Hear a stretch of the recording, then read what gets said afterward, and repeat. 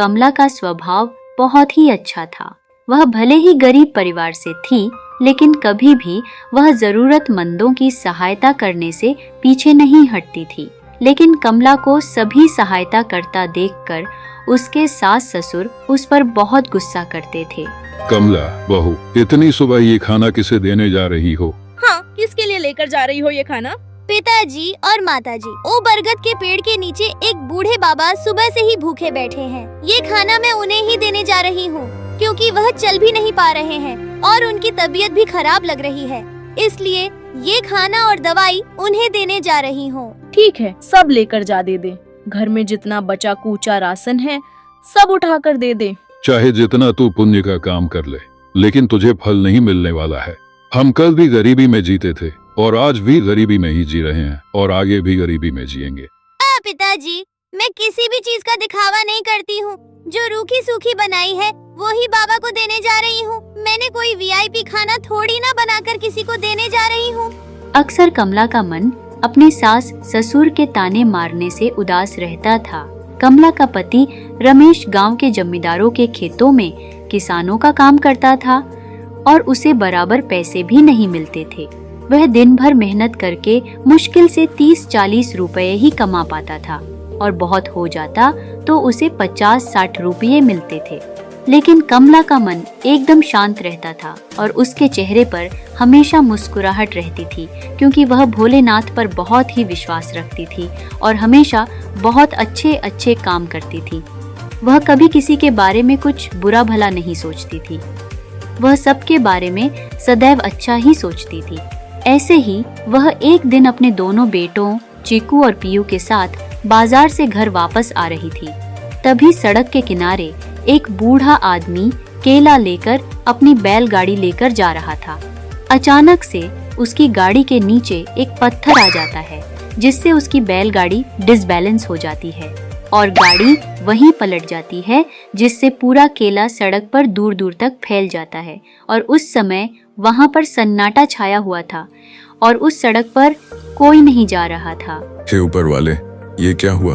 मेरी गाड़ी अचानक से कैसे पलट गई?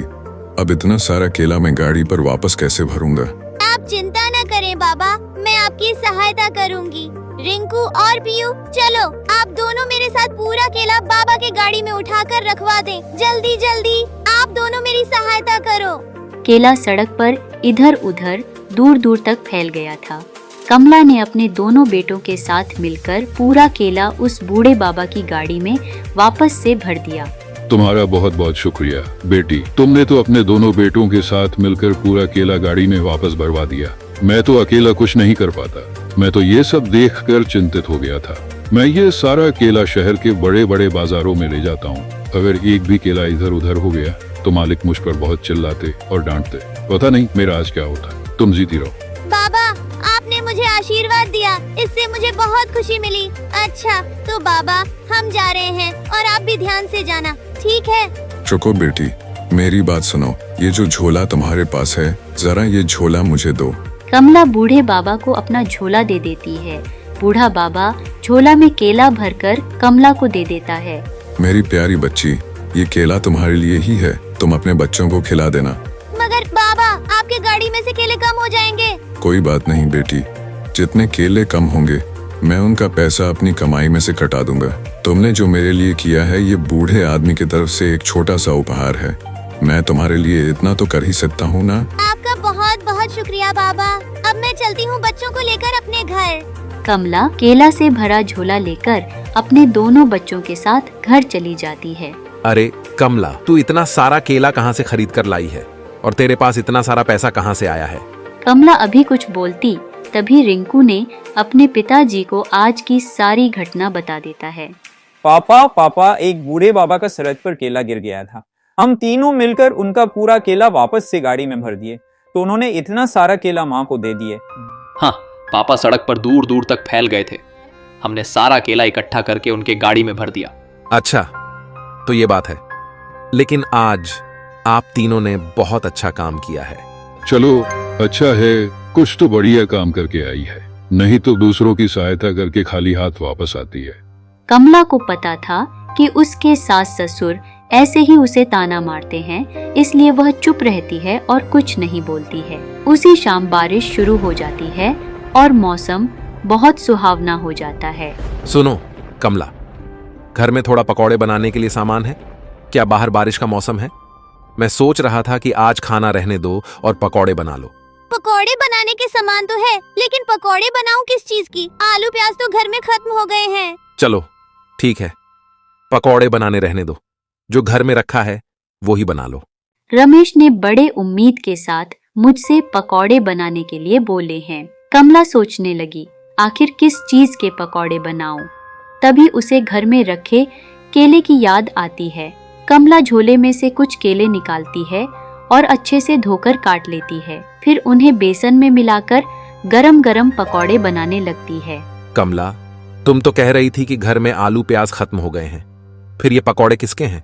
ये केले के पकौड़े हैं जी, उस बूढ़े बाबा ने मुझे दी थी। इसे खाकर बताओ तो कैसे हैं? अरे वाह, केले के पकौड़े से तो बहुत ही स्वादिष्ट है, आज तक नहीं खाई थी। वाह कमला, तुमने तो कमाल कर दिया। उस दिन सबको गरम गरम केले के पकौड़े बनाकर खिलाती है। सबको केले के पकौड़े बहुत अच्छे लगते हैं। रात में सोते सोते कमला के दिमाग में कुछ चल रहा था। अगली सुबह जब वह सोकर उठी तो अपने पति रमेश से बोली, सुनिए जी, कल रात मेरे दिमाग में एक तरकीब आया था। हमारे मोहल्ले में जो भी पकौड़े बनाते हैं वो आलू, प्याज, बैंगन या तो टमाटर के होते हैं। केले के पकौड़े कोई भी नहीं बनाता।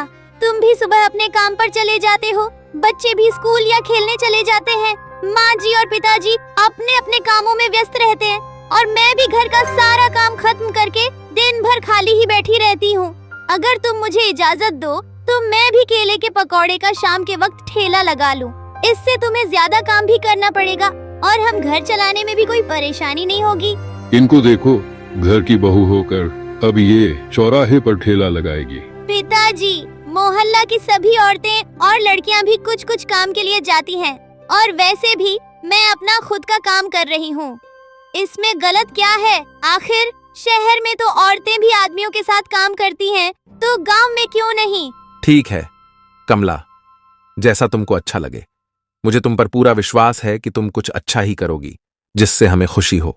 कमला के सास और ससुर मुंह फूला लेते हैं, मगर उसका पति उसका साथ देता है। अपनी लगन और पति के साथ से वो मोहल्ले में केले के पकौड़े का ठेला लगाने लगती है। शुरू शुरू में गांव वाले अनाप शनाप बोलते हैं, लेकिन जब उन्होंने केले के पकौड़े खाए तो सबकी बोलती बंद हो गई। अरे ये तो रमेश की पत्नी है ना, जो केले के पकौड़े का ठेला लगाई है। हाँ, लगता है कि नया काम शुरू किया है। सबको काम की ही पड़ी है। चलो देखते हैं कि ये पकौड़े कैसे बनाती हैं। आओ जरा। कमला जानती थी कि ये मोहल्ले की वही औरतें हैं जो बातें बनाती हैं, लेकिन कमला ने भी बड़ी सूझबूझ से काम लिया। अरे कमला बहन, लगता है नया काम शुरू किया है। जरा एक दो पकौड़े हमें भी चखाना। बहन, पकौड़े की प्लेट 15 हार्स की है, मैं इसे ऐसे ही छकने के लिए नहीं दे सकती। अगर आपको पकौड़े खाना है, पहले आप पैसे दो। कमला जानती थी कि ये मोहल्ले के वही लोग हैं जो फ्री में खाना पसंद करते हैं और उसे बिना पैसे दिए ही खाकर वहाँ से चले जाएंगे, लेकिन कमला ने उन्हें बिना पैसे के पकौड़े नहीं दिए। जब उन्होंने पैसे दिए तो कमला ने उन्हें पैसों के बदले पकौड़े दिए। कमला केले के पकौड़े बड़े ही स्वादिष्ट बनाती थी, जिसे खाने सभी मोहल्ले वाले जाते थे। धीरे धीरे कमला के ठेले पर लोगों की भीड़ लगने लगी, जिससे उसकी जिंदगी अच्छी होने लगी और देखते ही देखते कमला की गरीबी दूर हो गई और वह एक अच्छे से घर में शिफ्ट हो गई और रानी महारानी की तरह रहने लगी। ये सब उसके अच्छे कर्मों और मेहनत का फल था जो उसको ऊपर वाले ने दिया। अब वो सब बहुत खुश रहते थे।